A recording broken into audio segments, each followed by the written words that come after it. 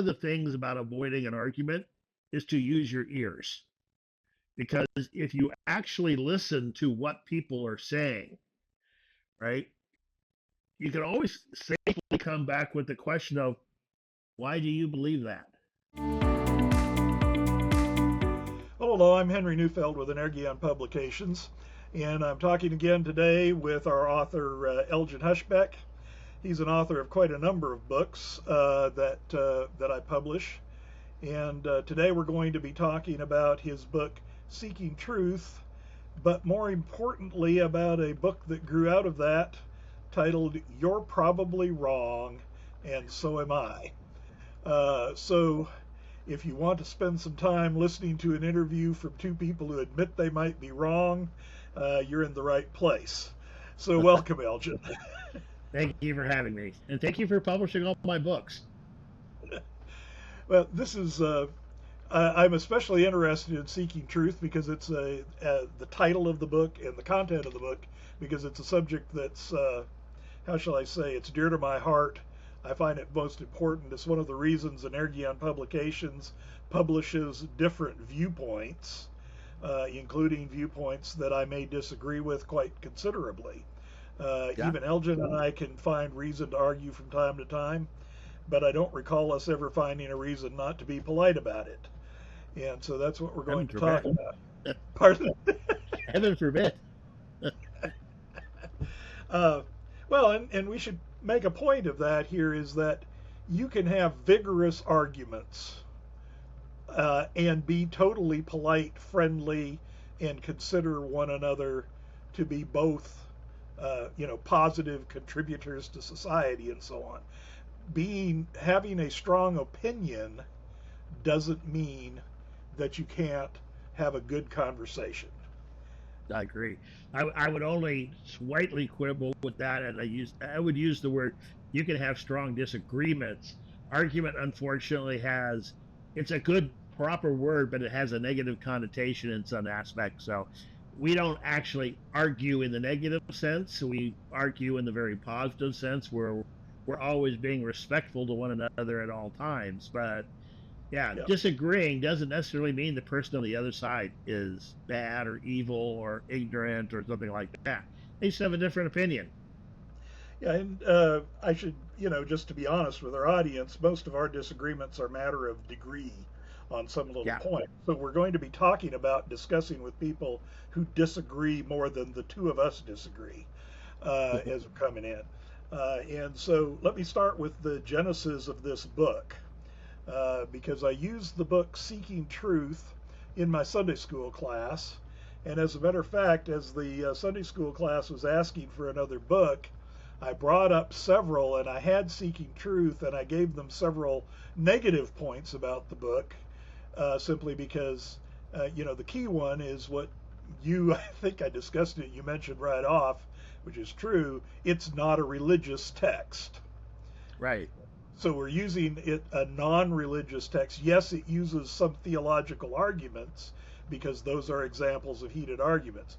But Seeking Truth is a general text about finding the truth as an answer to various questions that you're asking. Yeah, and I would say even then, the quote theological arguments are really more historical questions that were raised, because one of the things I do in the book is I cover the history of philosophical thought on what is truth and how has it changed and affected society over the last several thousand years, particularly over the last 200 years. And in that context, one of the big issues was, does God exist? And so I talk about God, the arguments pro and con, the rise of materialism, things like that. But when I think I get to like chapter 4, I say, I'm not going to talk about morality and theology anymore. Those I do in other books. I do in my book, Faith and Reason. It's a somewhat sister book, you might think, or maybe a brother book, I don't know. But it's very closely related, but it's much more theological. I go into what is faith. I talk a lot about the the origins of how do we know what we know, some of the same things I talk about in Seeking Truth, but I do it from a very much a Christian biblical point of view.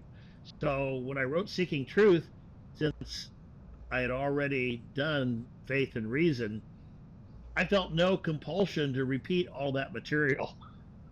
So it sort of freed me up to deal with the core issues of truth, and more importantly, why do we disagree and how can we work through our disagreements in a positive fashion, as opposed to what we see in the world so much around us, which is there's a heck of a lot of heat out there and not a lot of light. Yeah. Well, in terms of the Sunday school class, and we actually discussed Faith and Reason was on the table as a possible book to study. And the reason we ended up with Seeking Truth was this: is everybody in that Sunday school class felt very much that they needed help navigating the world right now, and they thought that was a valid thing to do in Sunday school, was study how to navigate the world as it exists right now. And Yeah. so I agreed. I brought in a number of theological things, to add, where I really tried to get a church related, not necessarily theology, but a church related uh, issue and how it would be discussed, and a secular issue, and put those side by side to show the similarities of what we're Yeah. doing. And so that was the background. Now we got to the one chapter in the book, and I think it was the week after we had completed studying it, one of the members of the class said, "This is really good. This is important. It could stand alone, and we'd really like to see it as a booklet." And the result of that was the new book, "You're Probably Wrong," and then we go parentheses, "and so am I." And, and then we had an intentionally provocative subtitle. Yeah. And as you know, you and I probably discuss every time we're titling a book, and it's not just me and you, but every author that I have. You go, how provocative do you want the title, or how do you want to keep from provoking people before they look inside the cover? And so there's kind of a balance in there. But we talk particularly here about labels. The Yeah. labeling is fairly heavily the case. So why don't you kind of guide people in? Why does the labeling have such an impact on dialogue? Well, there's a couple of reasons. Probably the biggest one is almost all the time labels are wrong. And they're used, the second would be is they're used not to describe, but to prejudice. So, and that prejudice can go either way. If you're talking about something on, quote, your side, then you want to give it a nice positive label, right? If you're talking about something on the other side, then you're going to give it a really negative label. Classic example of that is pro-choice and pro-life.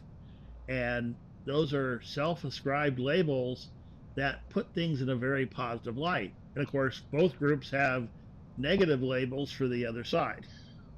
So it's like as a rule, I always use self-described labels. So for personally, I always refer to the pro-choice and I always refer to pro-life because that's the labels they choose for themselves, and therefore people know what I'm talking about.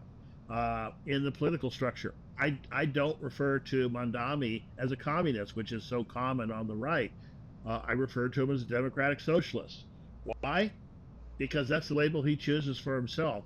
And I really am not interested in getting caught up in arguments about labels and whether they're accurate or not.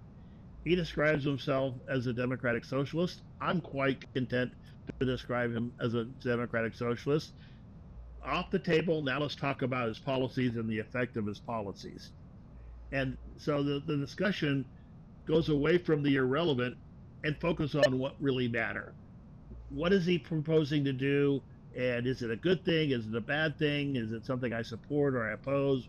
Um, this is why when we have discussions, we'll start off over here, but as we talk, we kind of begin to find out we're kind of over here someplace. We may not completely agree, but we find out we have a lot more agreement than we originally thought we did. And that's how I view democracy. Democracy is a conversation among the people with the goal of building the largest consensus possible. Our current democracy is dysfunctional. It's just not working very well. And that's because the primary goal for both sides is to defeat the other side. And neither side is willing to give an inch. I'm in a discussion group that in my neighborhood. It's online, but it's actually in an app called Neighborhood, and we're talking about the proposed SAFE Act and voter ID and all this sort of stuff. And I'm looking down through this, and everyone's giving reasons why the SAFE Act should or should not be adopted. And I struggle with that because it's like, well, what if both sides had an honest discussion and each side tried to work and build something and cobble something together that addressed the aspects of both sides and therefore could build a consensus, because a lot of those issues are 70-80% positive issues, but there's this aspect someone doesn't like and that aspect someone doesn't like. Well, reasonable people should be able to get together and solve that. I mean, for example, one of the issues one of the guys was raising, that, well, if you've got to go and pay for a birth certificate so you can prove that you are an American citizen, that's a poll tax. And then people were arguing about whether it was or was not a poll tax. And my view is voting is so important. Why don't we make it available for the issues of proving citizenship for voting, that government will give you your birth certificate for free, right? Well, that's a compromise that eliminates the issue, but in the current polarized situation, it's hard to do such things. Well, I'm glad you brought up the SAVE Act, because I saw a post this morning. I can't even remember where on social media. I was scanning quickly and I stopped on this one because it listed three things which to the poster were horrible about the SAVE Act. And the interesting thing that I saw was, and it came to exactly the question you're asking, how could I answer whether I support the act or not? Because out of the three issues, the first one I thought was a perfectly good idea. The second one I thought had some issues, but I wasn't 100% upset about it. I just thought it had I would want it modified. And the third one would be one that I would oppose. So I have to say, if I have a debate now, should we pass the SAVE Act or not? My problem is that there are elements that I'm going to say yes, and there are elements that I'm going to say no. And it's a lot harder to discuss the overall, do I like this whole thing? It is to figure out, because then you're balancing for me now, it would be, how important is point one to me? And I'm just using the 3 points that this person drew out of it. I'm not trying to say this is the whole act, but how important is point one to me? How important is point two, on which I'm a bit neutral? How important is point three? In other words, is point three bad enough that it's a killer? Is point one good enough that I'm willing to accept points that I dislike? And if you try to argue all three of them in one pass, that's a recipe for a little bit of yelling. Yeah, well, it's also, again, this is the dysfunction in our democratic process. I'm an engineer by training. I look at things as pros and cons. And so I would say each point has pros and cons to it, and overall has pros and cons. And so, I'm not asking that we all 100% agree. I'm asking for the biggest agreement possible. I mean, there will be some people who, for example, voter ID. The polls show that's, depending on the poll, between 70 and 80% of the people agree that voter ID is a good thing. Okay, are there problems with that? Yes. Can we address those problems? And yeah, I think we could. but that would require both sides to actually talk in an honest fashion, which is a whole other issue, and then say, okay, the voter ID I don't like, but if you do A, B, and C, then it becomes acceptable to me. And maybe somebody else has a different list, and you kind of eventually you cobble together something that says we can agree, 70, 60, maybe 65% of the people can agree on that point. And you do that with all of them, and you come out with a bill rather than passing Congress by 50% plus one, one vote more than it needed. Um, then you get a bill that's bipartisan support, and once it goes into law, it's not likely to change, at least not in any significant way, if Congress switches parties, because you built a broad consensus on it. Unfortunately, we just don't do that. The last on this act, the last consensus was probably the Carter-Baker Commission back in following the 2000 election, and they came out with 85 proposals of how to secure voting to make it both easy and secure, with fraud being difficult and easy to detect. They put out these 85. Okay, some of them I really like, some of them I'm lukewarm on, but at least it's a good starting point. But we don't even get that far any longer. We're just too busy yelling at each other. Yeah. Well, I live in Florida, which is a state that does require voter ID, but we also have real ID driver's licenses. So I proved my citizenship a lot of years ago, and my driver's license is now, for Florida's purposes, proof of citizenship because of the real ID, which again is one of the issues that makes a difference on voter ID and proving citizenship. Let me just give an example for people.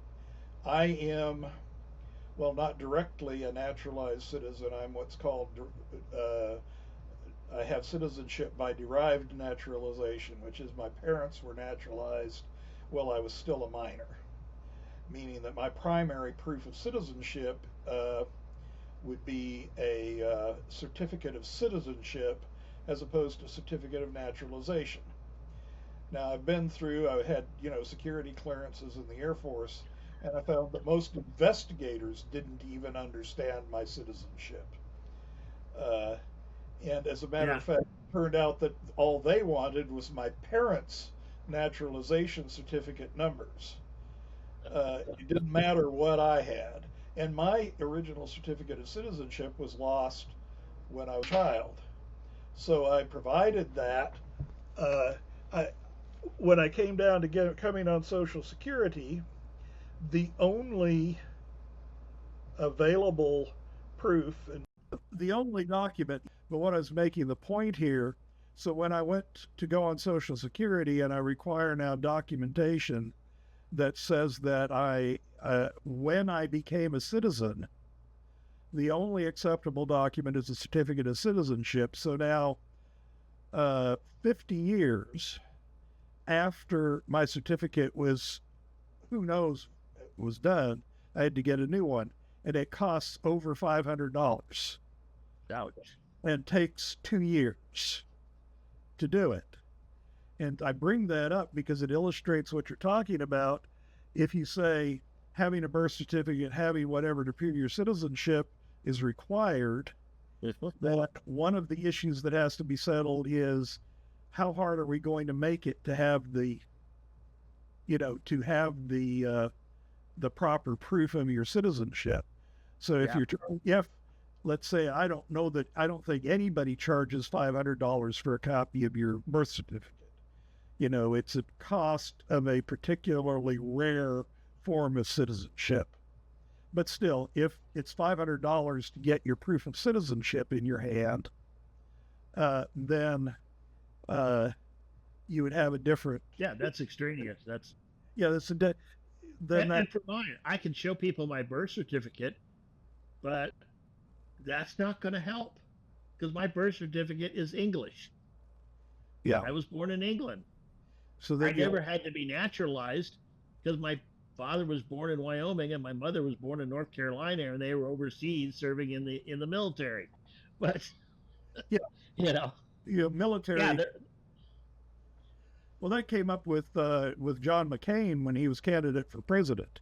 yeah, Whether is he a natural born citizen of the United States when he was born in the yes. small zone, which I think was pretty solidly going to be settled that he was, but still the issue came up. Uh, Well, there are some issues in the courts that there are presumptions, but unless the court has actually said yay or nay, it doesn't legally exist yet because it's in this gray area. And that was obviously one of those that was in the gray area. I don't think there's this is the thing about disagreements is there's the Pareto principle works in life. There's 80% of the stuff that we all would agree on, but then there's all kinds of exceptions and special cases and all sorts of things that don't fit the standard rules. And how are you going to deal with those? And my problem is unless we actually talk about things, um, you're going to end up hurting a lot of people because they're going to fall through the cracks because of this. yeah, Um, yeah. very So interesting. I was I was just going to going say, to just what the solution is talk to people. well, that's what we're getting at. I want to bring up one other thing that you brought up in the book, in the larger Seeking Truth book, and you've done in several cases talking about political dialogue, which is power is going to shift in a democracy at some point. We don't know Yeah. when it is. People are constantly debating when it is. And the thinking about the power that I'm trying to take or the power that I'm trying to give to a particular office, how is that going to function if the party in power changes? And Yeah. Well, that's one that's thing. one of the big problems is everyone thinks they're going to rule and rule forever. So it's a big issue with the filibuster right now. That's one of the reasons I'm skeptical as to whether the filibuster will be able to survive. I would like to see it survive, um, different forms, but I'd like to see it survive. I'm not sure it is because there's a growing perception among Republicans that as soon as they lose power, and they will at some point, the Democrats are going to get rid of it anyway. So why not do it now? I don't agree with that particular argument, but I also understand the argument. So people have to look at this is again, this is why consensus is so important and not just defeating the other side, because defeating the other side is at best um, a temporary solution. You may get what you want today, but you're probably going to lose it tomorrow. It also has negative consequences down the road. I remember in 20, I think it was 2017, Trump wanted to get his wall built, and the Democrats were blocking it, and so Trump offered to legalize the DACA kids. That's the story about DACA and how far it goes back. And he says, "Yeah, okay. Well, I tell you what, you give me the wall, I'll give you DACA." Right? That's a nice compromise. Pelosi wouldn't even talk to him. Um, and so it was basically dead on arrival, and Trump didn't get his wall. Except now, fast forward to today, Trump's got his wall, and the DACA still isn't. They're still out there. So Yeah. this is the sort of if you take a all or nothing approach, oftentimes you will end up at nothing. And unfortunately, compromise has become a negative term. Both sides are arguing that they shouldn't compromise with the other. Well, that's the nature of a democracy. Everybody's voice should be heard, and everybody's opinion should be respected. You're not always going to win, but again, if you're trying to get 50% plus one, that's going to derive a lot of what you want to do and how you function. On the other hand, if you're trying to build the biggest consensus possible, that's going to be a completely different framework in which you work. And when you lose power, the bulk of that framework will probably still be there. The question that I'm bringing up is what appears to me very often And it depends on the parties and where they are in the power structure at the moment, just how they do this. But they take actions that preserve a problem as an issue rather than solving it depending on who's going to get credit. Yeah. And well, that's a complex situation because, that's actually a couple different things. One is they want to keep the issue because they can raise money or get votes or whatever on that issue. And if they solve the issue, it goes away. Right? I mean, for example, it didn't happen this way, but you can understand it with, you know, Trump campaigned and won on building the wall. Well, what if for some reason they did a lot of political maneuvering and the wall didn't get built? Right? He could still campaign on building the wall. Yeah.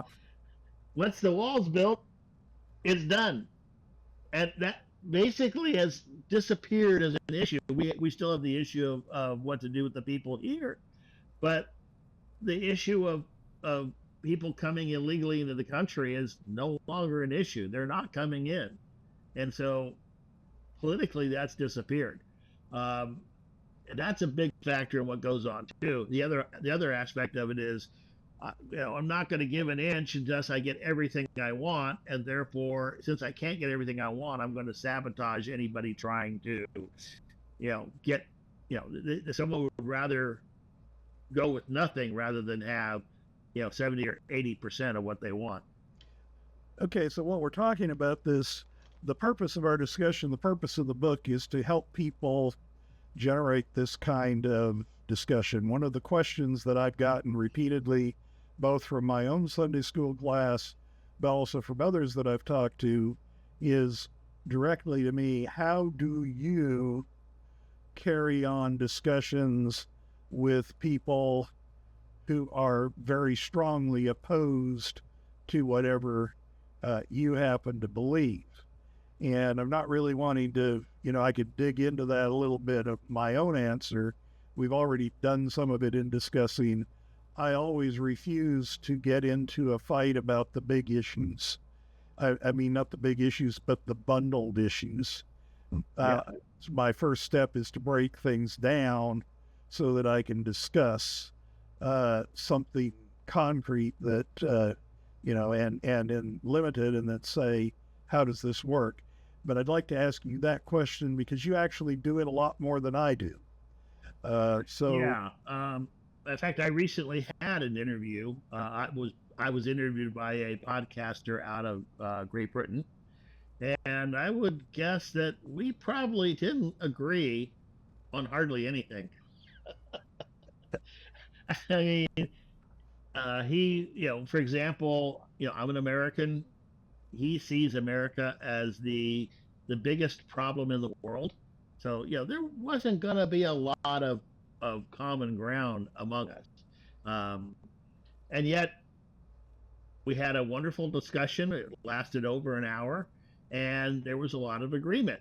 And that was a conscious choice on both of our parts because, we disagreed and we talked a lot about issues we disagreed with, but we were very careful not to focus on the disagreement so much. I mean, when you come across someone who says something you disagree with, there's kind of a natural tendency to hone in on that disagreement and then try and blow it up. And neither of us did that. And so he would say something I disagreed with, and I would just ask, make either a single point on that was presenting my side, or look for areas or reframe the issue so there was some more agreement on it. And we were talking about how can we come to an agreement as opposed to how can I condemn you. Right? We steered clear of the how can I condemn you part, and we tried to understand what the other side was saying. That's a big part of it. I mean, one of the things about avoiding an argument is to use your ears. Because if you actually listen to what people are saying, right, you can always safely come back with the question of, why do you believe that? Right? Yeah. Or they say a fact you disagree, is where does it come from? Right? Find out and don't assume they're lying. Don't assume negative things about them. Because yeah, are there liars on the other side? I don't care which side you're on. Yes, there are liars on the other side. Is everybody on the other side a liar? No. There are good, honest people, which is one of the primary arguments of the book. There are good, honest, intelligent, and as I put it in the book, whatever positive adjective you want to put in there, the only difference is they disagree with you, right? Yeah. And then begin to explore how and why that is. Now, you may reach the conclusion this particular person is ignorant, doesn't know anything. But on the other hand, maybe they know a lot more than you do, and you could learn from them. So, yeah. Well, it's also a matter of we have different standards for our side if we think we have a side and the other side. I recall a friend of mine who was a blogger. You probably even know him, but I'm not going to go by name. He was a good friend, and he was definitely. I mean, he would have accepted the label of left wing. You know, although he was a left libertarian was kind of his position, which has its own interest. And he was popular enough to be able to make money blogging. And he put out a list of social media sources and websites and so on that he believed had a sufficient level of misinformation that they disseminated that they should not be used as sources. Okay? And the interesting thing was this was a list entirely of left-wing sites. So there was a major outcry after he released the list because he hadn't listed any right-wing sites. And he said, you know, I am a leftist, I'm a left libertarian. I made a list of sites that purport to be on my side that shouldn't be listened to. I said, if you're a right winger, it's your problem to find out, you know, which of your people shouldn't be depended on for information. And the reason I cite that is that's actually kind of a rare attitude. We usually have a list of the other side's people that we don't think are reliable. And we don't so much have a list of the ones on our side. And it's very interesting with social media atmosphere that we have out there, that really, if you spend significant time scrolling major social media sites, you'll find a substantial portion, I think a strong majority of the material is either outright wrong or so far out of context it might as well be called outright wrong. Yeah. I mean, it's just an enormous stack of misinformation. It's one of the big problems of our era is, it's easy to find right-wing news and it's easy to find left-wing news. It's really tough to find reliable news. Just actual news. And that's the thing, you talk about the philosophy. They're there, but they're hard to find.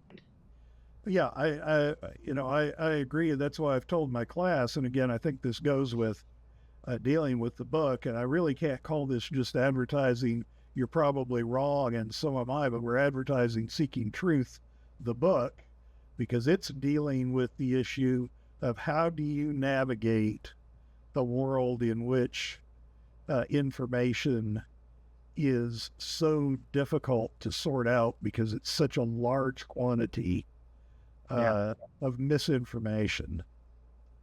Yeah, and but again, one of the solutions there is talking to each other. Yep. Because you know what? I find it very difficult. I know I'm wrong on certain things.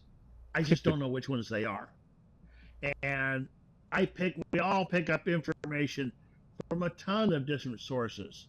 And I'm a little more critical than maybe a lot of people because I write. And when I write something down, I want to know where did I actually get that piece of information and is it actually accurate?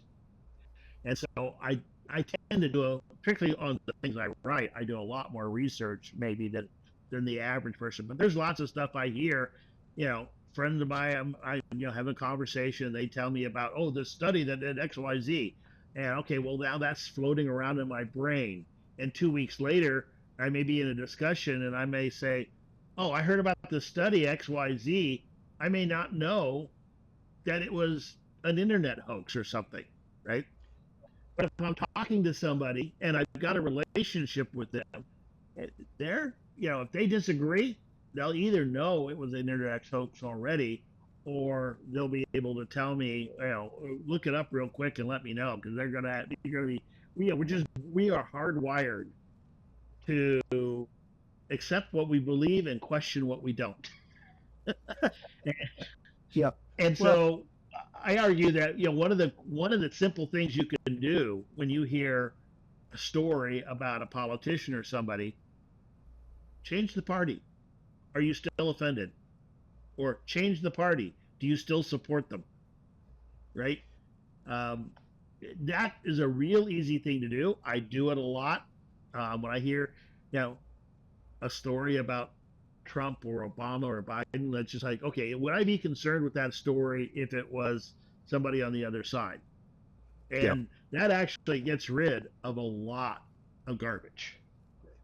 That's a really good point, but I want to pivot us a little bit here because I want to comment a little bit on AI, which is such a subject, and I want to lead into that with a bit of a story. But first I was going to comment, because you're talking about how would you feel about that on the other side, because I remember I really do this every 4 years after the presidential election. I'll post on my social media from Daniel 4, the Lord God rules in the kingdoms of men and sets up whosoever he will. And so I did that in 2008 when Obama was elected, and was jumped on by a number of people to the right. Not by me. Can't let this go. And then in 2016, when the first time Trump was elected, I followed my standard habit and I posted Daniel 4 and got jumped on the other side. And the bottom line is, if the Lord God rules in the kingdoms of men, the Lord God rules in the kingdoms of men, whatever happened. So that's a hard one, but we're coming into AI, and I'll start this in the Sunday school class. This came up because, the issue came to the front because I cited in class a law which I said had been passed and was the law in Texas. And there was a particular aspect of it to which I objected, and I was using it as an example of what we're talking about, the pieces of how you work with an issue. And the problem was that in reality, which my brain did not catch up with during the class, the law had not been passed in Texas. I was thinking of a completely different law that I'd read about in Texas the same week. It was actually a proposed law in South Carolina. Okay. Details. So, and I mean, so the whole subject was there. And the reason this brought us into AI is because as I'm driving home, I thought, I think I'd mixed up the two laws that I was reading about, the passed one in Texas and the proposed one in South Carolina and their subjects. And so I had messed up. And the laws actually had some other relationships, but the particular issue that I was addressing was different in the two cases. So anyway, I looked it up and knew I was wrong and sent an email to the class saying I was wrong. And then I thought, I wonder how much this is similar to AI and, the study of adjacent tokens and so on is the way that the large language models work. So I actually put the whole situation into a chat with the AI. And the interesting thing was the result. If you do conversational stuff with an AI, and please, if you do, have your thinking cap on, because very weird things can happen when you do this.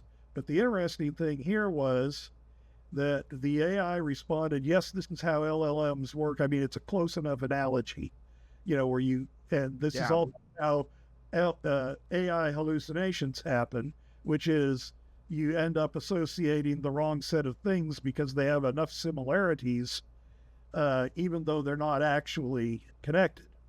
And then it said, and I'm not exactly quoting it, but close enough, says the difference between you and me is that I would have lied and I wouldn't have cared. Whereas you came home and corrected yourself. And that started a whole discussion of using AI and truth. So I think probably in conclusion here, maybe you'd like to comment a bit. And I think we can also link, you've got a couple of Into the Desert videos on AI. So certainly I'll include those in links when I post this on our site. And I'll also want to make sure I've got the right link on that other podcast that you are on so that people can see the actual how this actually works in practice. But just comment a little bit on seeking truth and encountering AI. Yeah, well, it's not a yes or no answer. It's not there's so many aspects of this. This would actually be worthy of a discussion in and of itself. But the problem with AI is you're really just crowdsourcing, right? And maybe the best way to think about this is imagine you ask AI if Galileo or the Catholic Church had asked AI, right? How does the heliocentric universe or the Earth-centered universe, which one is correct? Well, it would have come out and told you the Earth is the center of the universe, because the only thing AI can do is basically go out and look at all the information that's out there, summarize it, and come back and give you what the current answer is. So if the Catholic Church had access to AI, clearly it would have come back and said, clearly the Earth is at the center of the universe. It would have been wrong, but that's the only answer it could have come up with, because that's, so you're not asking for truth when you go to AI. You're not even, there's a whole series of questions as to whether it can actually reason or not.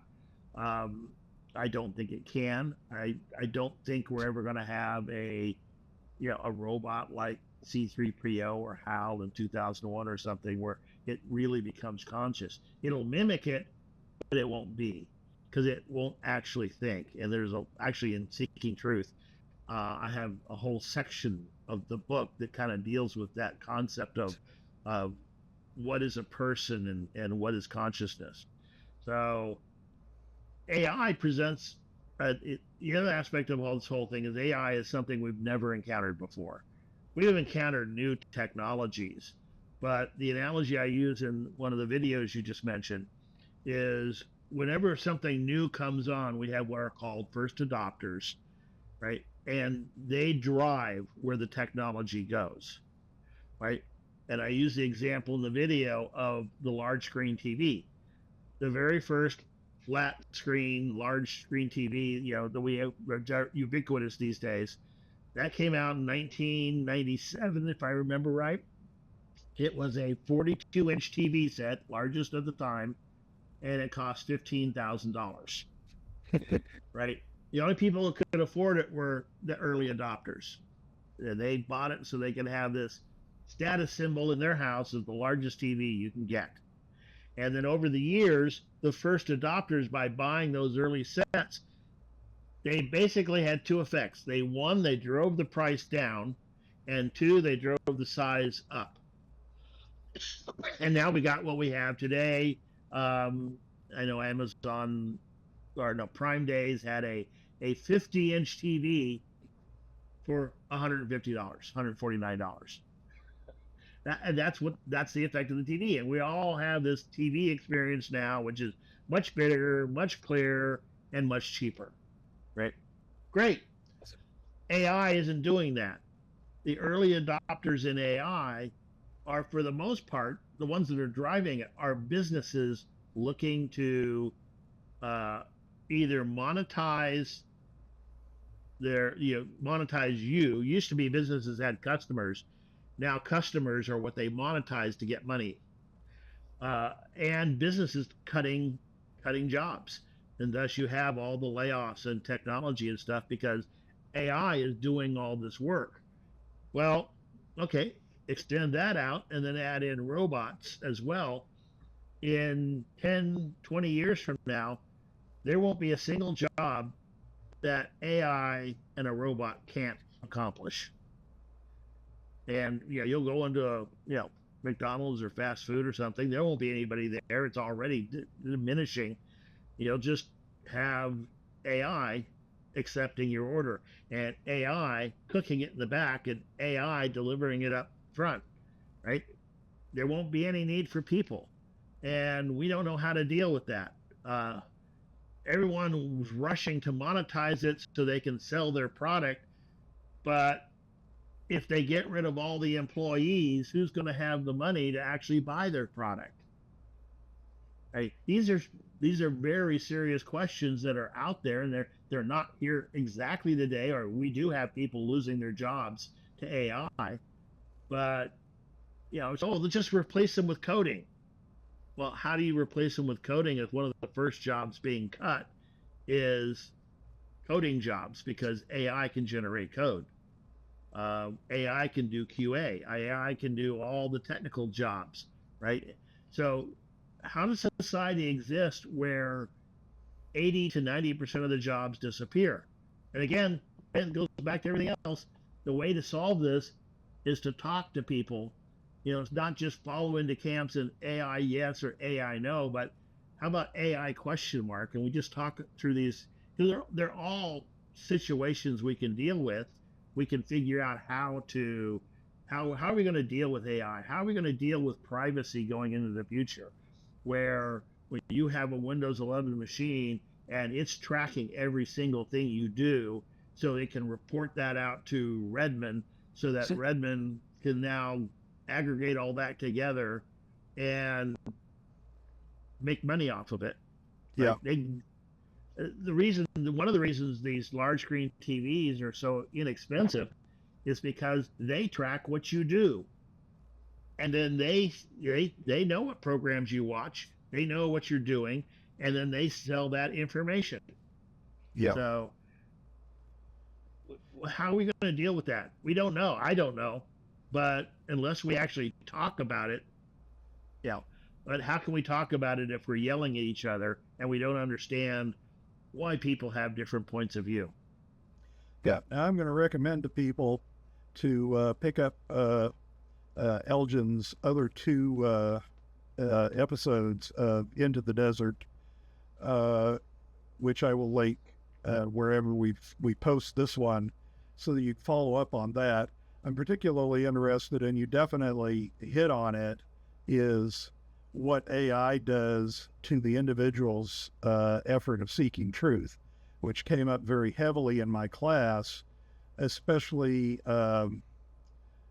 deep fakes or any kind of fakes, because the average viewer on YouTube doesn't need a deep fake to be deceived. There's deep fakes are getting bad. I read about a guy whose job it was to validate videos for the media, and he'd come up with one that he felt was very improbable that it was actually a good video. You're just looking at a lot of circumstances coming together that it was improbable that all of that happened. And yet, if it was fake, it was so good that he couldn't find the measurements to say it was a fake, to demonstrate that it was fake. So that Yeah. becomes an issue for people seeking truth. And I point back the talking and listening. One of the things that happens with social media is we're getting everything via social media. And if we use that to talk to our friends honestly, that might be useful. But we need to have the times like the Sunday school class where we get face to face. Yep. Church services, community programs, classes where people meet people and listen and talk, so that you don't end up going down into a digging a hole for yourself. Because what I've noticed is AI has a strong tendency, if you don't put barriers on the way that you use it, to try to drag you down wherever you were going already. I've noticed this in programming. I use coding. I've come from the point where I used to write hex code, went through things like basic C and C++, and now I'm telling an AI to write me a function that takes these inputs and produces the following results, and it pops up on my screen. Now, fortunately, I can read it, because if I do that, it automatically complements my strategy. And then if the function that I asked for doesn't do what I wanted because my strategy was wrong, it still compliments you. Yeah. Oh, it will still keep going. And then if I say, this is a dead end street, that I gave the wrong starting point, and the AI is back, oh, you are so brilliant to have discovered the real problem. But the point that I'm making here, because I'm doing this I'm using coding as an example, because I verified exactly what I'm talking about. I've seen it do it where I started, and heaven help me, but I do start designing a program with the false idea of what's actually going to work. And there's a standard answer to that, which is, you start over again, where you find that you built the code house on virtual sand. You go ahead and start building it somewhere else. Yep. But the thing about AI is it will keep leading you down. That's where that path, and that's where. And if we blindly follow it, where is humanity going to go? Yeah. I mean, you have all these scary scenarios that AI is going to take over, and Arnold Schwarzenegger will come and get us. But what is it? It's just AI wanders us out until we don't know what we're doing, and we've lost the ability to return. Well, we could be our own worst enemies with AI. Like I said, I use the code for an example because it's so verifiable. I have the records of completely lousy code produced at my request by my description that was completely lousy. The old coding adage, garbage in, garbage out. I mean, but the same thing goes for life. That's why you have the stories of somebody suicidal going into a chat with an AI, which then is affirming them, and helping them down the path into deeper depression. And that's where I think the seeking truth idea, the whole seeking truth universe, needs to come. And your constant answer through this entire interview, I'm underlining it now, listening to other people, other people. And so you and avoiding that isolation. I don't know the solution to what you're talking about, though I foresee the problem you're talking about, of where we get down to robots and AI can do such a high percentage that who are you selling anything to anymore? I don't know the answer to that. I don't expect anyone has the answer yet, because we're never going to have the answer unless we talk about and fully understand the problem. Again, I'm an engineer. I want to understand the problem before I give you a solution. I don't think we understand the problem of AI yet, or what it's actually doing. Yeah. And society, engineering in society is one of the most dangerous kinds of engineering because you have to be, you have to spend some time there to listen to, to find out where you're starting. When I start a program, I'm setting up the basic parameters. But when you're programming something in society, you're perceiving the parameters, which again, if I can, turns us right back to that whole listening thing so that we'll actually know what's going on. I must comment that probably we did more seeking truth generally. So I'm going to put notes here at the end, links for both seeking truth and you're probably wrong. You're probably wrong is the short version, but if you really like to spend your time making your discussions and so on more productive, more likely to come out with accurate, applicable information, seeking truth is worth your time. I'll tell you that my Sunday school class, they jumped on it at the start, and at the end, they all said, we're very glad that we did this study. So that's an important thing to say. I'll tell you, Elgin, and everybody here, if I get it done before I'll link it, I was going to do a write-up on the Sunday school class of Seeking Truth, specifically the AI conversations I put in there that illustrate exactly what we're talking about here. Yeah. Such as asking AI to answer a question and having it give an answer and cite a source, and its answer contradicted the cited source. I'm not sure that's AI. I've had students do that as well. Oh well, I've had authors do that. But the point is that AI can do it. You can't simply take the answer, and the problem there is that most people will. If AI or the professor says this, footnote this, very few people check that footnote. Yeah. But in this case, the answer was exactly the opposite of what the article cited, intended to argue on the point. Yeah. So anyway, I appreciate your time, Elgin. We do need thank you. We do need to get together on a couple of the points that we left undiscussed, but maybe I should show up for Into the Desert at some point, and we'll love to have you. We'll beat some subject to death.